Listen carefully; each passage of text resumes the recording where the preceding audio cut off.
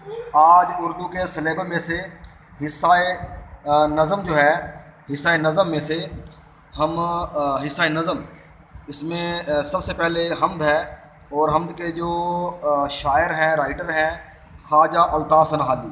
آج ان کا تعارف پڑھیں گے اور ان کے حمد پڑھیں گے، اور رب تعالیٰ کی کے بارے میں انہوں نے جو محبت اور چاہت اور الفت کا اظہار کیا ہے، اللہ کی حمد و ثنا اور توصیف کی ہے، وہ پڑھیں گے۔ تو ان کا تعارف دیکھیے گا، ان کا تعارف دیکھیں کہ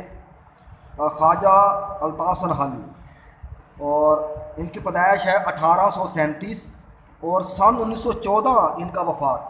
کا سال ہے۔ خواجہ الطاف سنہالی پانی پت میں پیدا ہوئے۔ پانی پت انڈیا کا شہر ہے، پانی پت انڈیا کا شہر ہے، اور ان کا تعلق انصاریوں کے ایک معزز خاندان سے تھا، یعنی خواجہ صاحب انصاری برادری کے، اردو انصاری،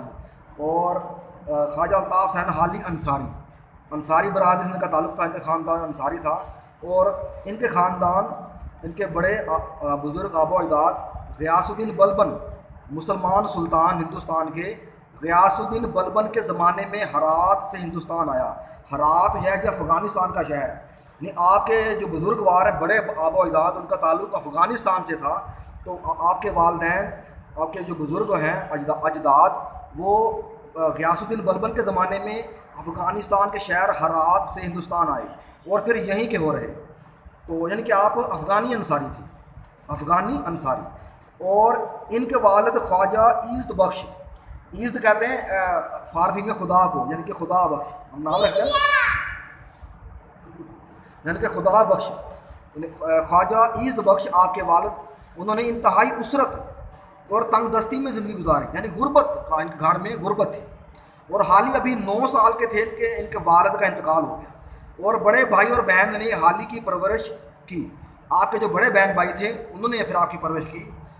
اور 17 سال کی عمر میں ان کی رضامندی کے بغیر ان کی شادی کر دی گئی۔ علم کے شوق میں یہ بیوی کو میکے چھوڑ کر دلی چلے گئے۔ آپ کو بھی کیونکہ کم عمر تھے لیکن لکھنے پڑھنے کا شوق تھا، تو آپ اپنی بیوی کو ان کے امی گھر چھوڑ کر، میکے چھوڑ کر آپ خود جو ہے وہ دلی چلے گئے علم کے حصول کے لیے، کیونکہ دلی کا نام تھا، وہاں علمی مراکز تھے، مدرسے تھے، اور شہنشاہ کا جو نا وہاں ان کا قلعہ تھا، وہ دارالحکومت تھا، تو وہاں جو نا علمی ماحول تھا۔ تو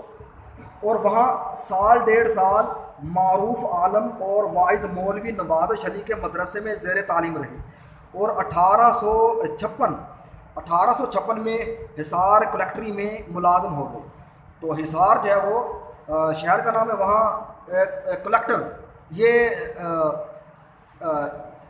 انگریزوں کی طرف سے ہوتے تھے ٹیکس جمع کرنے کے لیے۔ گاؤں میں، دیہاتوں میں کلیکٹر ہوتے ہیں،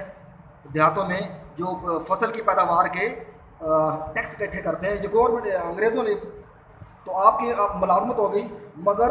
اس کے اگلے سال ہی 1857 کی جنگ آزادی کے بعد انہیں واپس آنا پڑا۔ اس جنگ آزادی میں پورے ہندوستان کا سارا ماحول خراب ہو گیا، مسلمانوں کی آزادی چھین گئی، تو بڑے بڑے جو نا لوگوں کے کاروبار بند ہو گئے، بڑے اسرت تنگی پریشانیاں آئیں۔ تو 1857 کے بعد آپ مصطفیٰ خان شیفتہ کے مصاحب، یعنی کہ دوست، اور ان کے بچوں کے اتالیق رہے، یعنی کہ ٹیچر، جس ہم ہوم ٹیچر کہتے ہیں نا، ہوم ٹیوٹر کہتے ہیں۔ تو نواب، جو نواب ہوتے تھے ان کے حالات اچھے تھے، تو نواب مصطفیٰ خان شیفتہ، یہ مرزا غالب کے بھی دوست تھے، یہ